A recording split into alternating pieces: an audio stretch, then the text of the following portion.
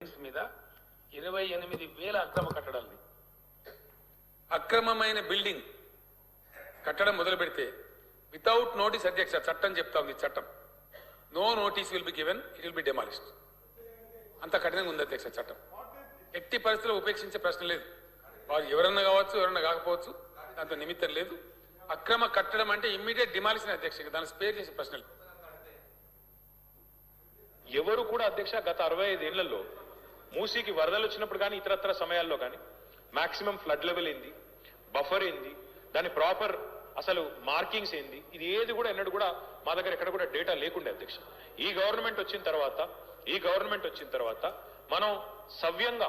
మూసీకి పోయిన సంవత్సరం 2020 అక్టోబర్లో వరదలు వచ్చినప్పుడు ఆ వరదలు వచ్చినప్పుడు వరదల ఉధృతిని కూడా స్టడీ చేసి టెక్నాలజీని కూడా వినియోగించి డ్రోన్స్ ని కూడా ఉపయోగించి బ్రహ్మాండంగా అటు ఎంఎఫ్ఎల్ బఫరు ఏది ఎక్కడ ఎంత ఉంది అనేది కూడా మార్క్ చేసి మొత్తంగా ఐడెంటిఫై చేశాం అధ్యక్ష उसके साथ ही साथ हमने बलाया साहब ये भी किया कि कितने इंक्रोचमेंट है बफर में कितने हैं मूसी के बेड में कितने हैं रिवर बेड में कितने हैं इसका भी हमने एक अंदाजा लगाया करीब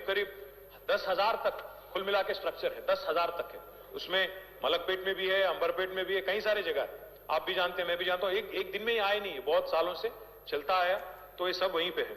ఎంక్రోచ్మెంట్ చూస్తే దగ్గర 10,000 తుర్క చెరువు ఉంది దాని కింద ప్రగతి నగర్ చెరువు మొత్తం ఆ ఛానల్ మొత్తం కబ్జాలే దాని ఇల్లు కట్టారు సో దానివల్ల ఏమైందంటే ఇక water there was no other way to go but to enter into residential layouts నిర్దాక్షిణ్యంగా కొట్టిపారేయండి బుల్డోజర్లు పెట్టి మన జేసీబీలు పెట్టి ఎవరు అడ్డం వచ్చినా కూడా పోలీస్ సపోర్ట్ తీసుకుని కొట్టిపారేయండి డోంట్ స్పేర్ ఎనీబడి నిర్దాక్షిణ్యంగా వ్యవహరిస్తాం ఇప్పటి నుంచి